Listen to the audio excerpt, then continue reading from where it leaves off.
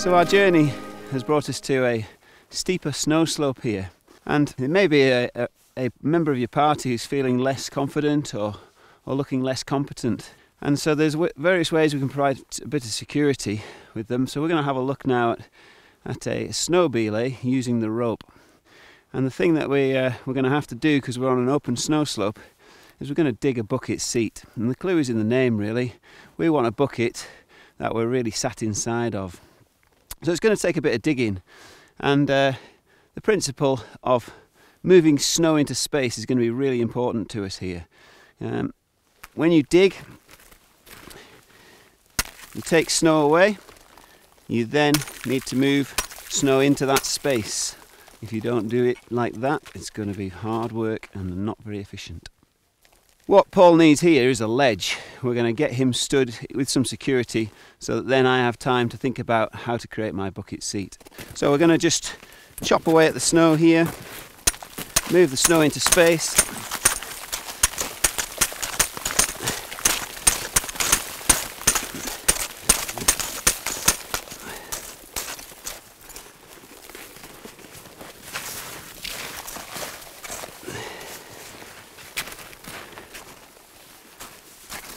Just a word of warning really, when you are digging, the snow gets harder usually as you descend through the snow pack. It tends to grab your axe. Without your leash on, there's a danger it'll get yanked away from you. So hold on really tight, and also be very aware of where that pick is going in relation to your face. If you're working closely together, an accident can occur quite quickly. So Paul's got his ledge now, and we're happy he's not going to take an unexpected slip or slide down the slope. Okay, so I've left Paul down on his ledge, and I've come up the slope now to dig the bucket seat, which is the first part of this procedure. And it's going to have to be a fairly big shape really. It's going to have to get me and my rucksack in it. I prefer to keep my rucksack on rather than take it on and off on steep snow slopes where there's a risk of losing it. So I'm going to have some order to this, or we'll have snow everywhere and I won't really know where I'm at. I'm going to make a big shape in the snow to begin with. I think probably my elbow's a guide for me here. I'm going to draw a semicircle.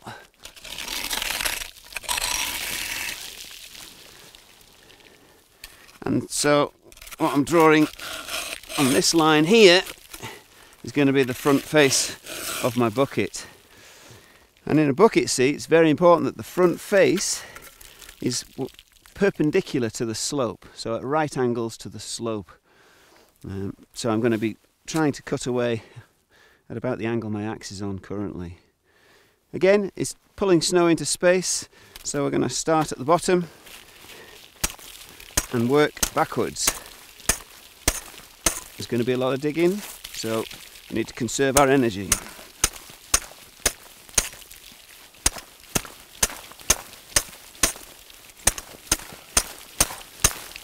Every now and then when you've been digging a while, it's going to be important just to remind yourself where that front face is and that you've still got a good angle on it. So keep cleaning it out and having a look at that.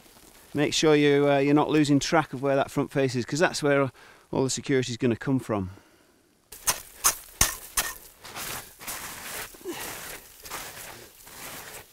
We're getting to about the right depth now, so I'm going to jump in and just give it a try.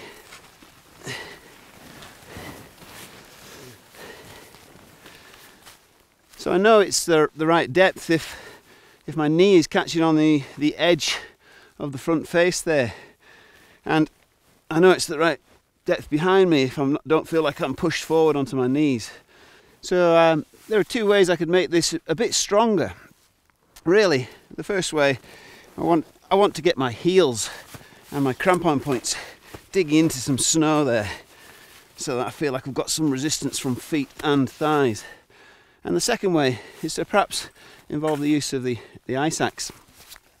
So if I make a trench above me and bury this axe, it'll reinforce the strength of my bucket seat.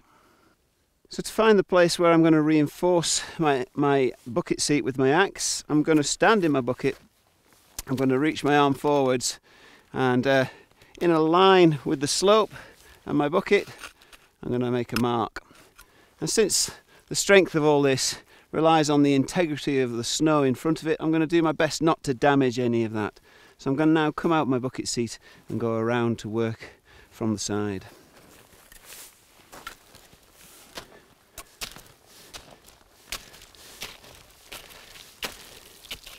Okay, refined my mark, and I need a line across the slope.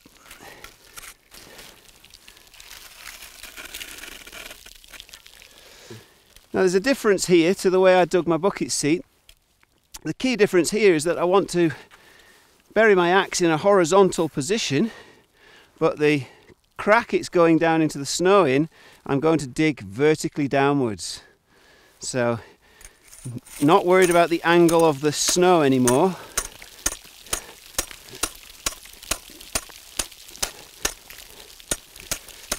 Simply trying to dig straight down. Try and keep this slot as narrow as you can, so some accurate chopping is required.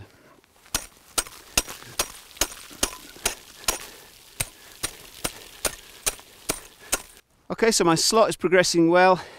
A bit like the bucket seat, I'm keeping an eye on the front face and making sure I'm looking after the angle there. Remember, straight down is where I was trying to get to.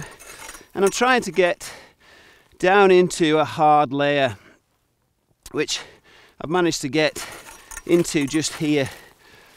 So now it's time to just draw a line down to my bucket seat, because the two of us need to be attached. I'm going to be in a bucket seat, I'm going to bring a rope up and clip it to my axe. And because I don't want my axe lifted out of that hole, I'm going to have to reduce the leverage by creating another slot.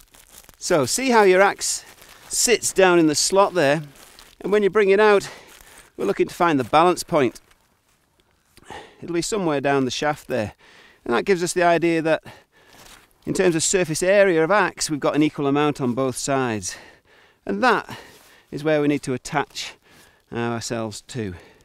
So when I place that back in its slot, I'm keeping that mark visible.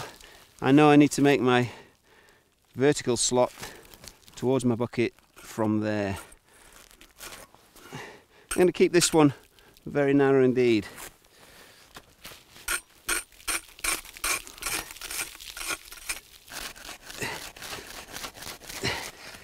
I'm having to use the spike of my axe there because it's quite deep in that slot, but I obviously need to gently taper outwards so that it comes to the surface somewhere above my bucket.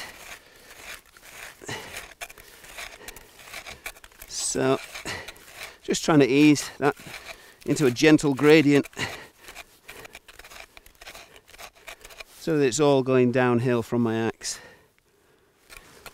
Okay, it was awkward digging that slot as narrow as I have, but as I mentioned earlier, it's all about the integrity of the snow around these parts. To keep that strong, I need to keep this strong. So we're trying to keep things quite narrow down this channel. So I've got the rope out now.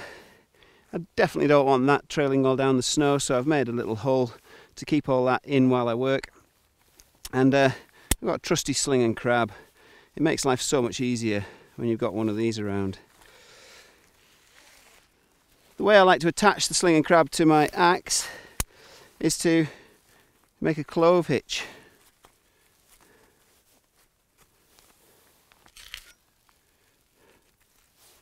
Now, clove hitches are not knots, they're hitches, so they pull tight when you pull on them, and I'm going to use it in the way which I know it'll pull the tightest when I pull on it. Again, I'm aiming for that balance point of the axe. Let me just down a little, and then I'm going to sink that into its slot.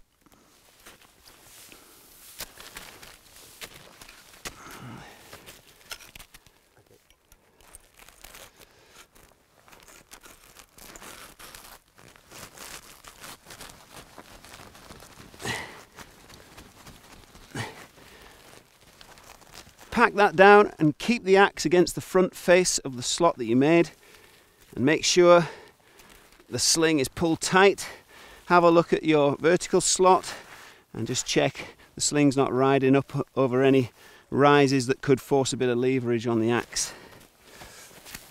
Back down into your bucket.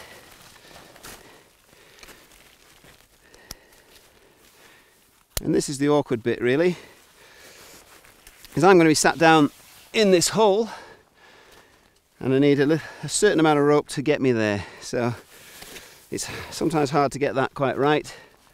I'm going to make a bit of a guesstimate that that is going to be okay.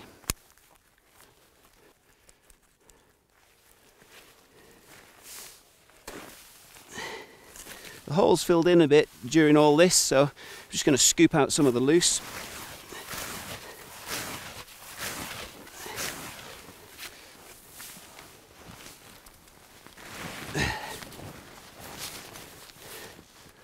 Now I feel like I'm secure.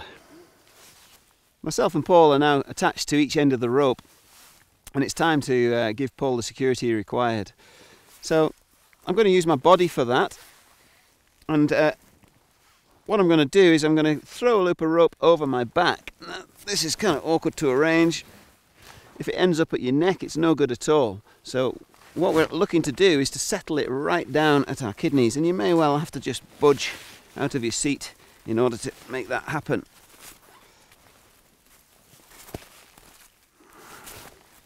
Once I've got the rope arranged around my kidney level, we're then good to go. And we need to remind ourselves which side of the rope is which. On the rope that goes to Paul, we've a live body on the end, so I'm going to call that the live rope. And on the other end, I'm going to call it a dead rope. I'm going to take a wrap around my arm on the dead rope to give me the control I need. There's a bit of friction as the rope goes around my rucksack on my back, but I'm going to give a little bit extra by wrapping it around that arm on the dead rope side. The security here comes from having no slack. So the rope behind me is tight, the rope to Paul must be tight. And it takes a little bit of practice to get the motor skills involved in dragging that rope around your back and placing it into your catching hand on the live rope. You can also get in a tangle around your feet, so occasionally stop your partner and just have a little tidy up. Always keeping your hand wrapped around that dead rope. In case of a slip or a slide, I will go into the braking position, which will be to increase the friction around my body like so. I will do very little with the live end of the rope. The control comes from here. Just stop 1 second please, Paul.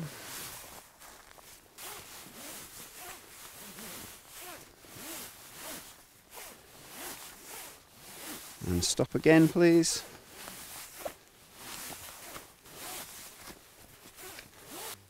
Okay, so as Paul approaches the belay, we need to start thinking about a safe changeover.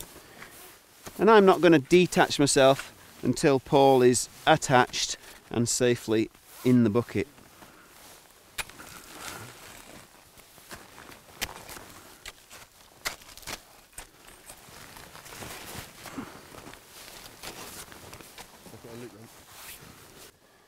As Paul gets to the belay above me, he's going to snap his own carabiner in and clove-hitch himself to that buried axe that we've got back there.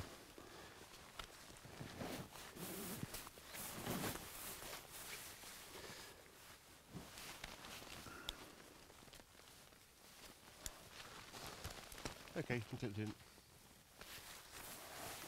Once he's safely clipped in, the belay can come off. Can you?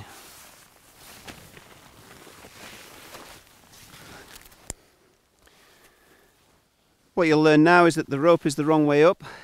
For me to shoot off up the slope, I'll be pulling the rope from the bottom of the pile, and it would ensue a lot of tangling. So we're just going to quickly turn the rope around so that my bit's coming off the top of the pile.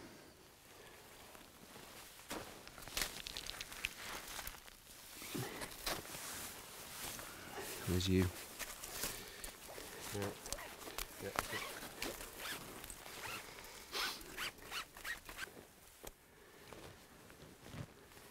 With the trade of position successfully completed, Paul's now ready to belay me up the slope, and I'm short of one piece of equipment because my axe is buried, so I'll be stealing Paul's for this job, and obviously Paul will then retrieve the axe that's buried when he makes the ascent and the rope is tight on him. Once we know Paul is ready, the rope is around his waist. He's taken the precaution of putting his hood up so that all the stuff that I scatter down isn't going to go down his neck. It's very important that I go up on his live side. I'm not going to fall off this, but we have to bear in mind a what if. And if I do take a slide, I definitely want to slide down on the live rope side so that he's got a chance of controlling me with his dead rope arm. Now I'm on belay, I can come off my clove hitch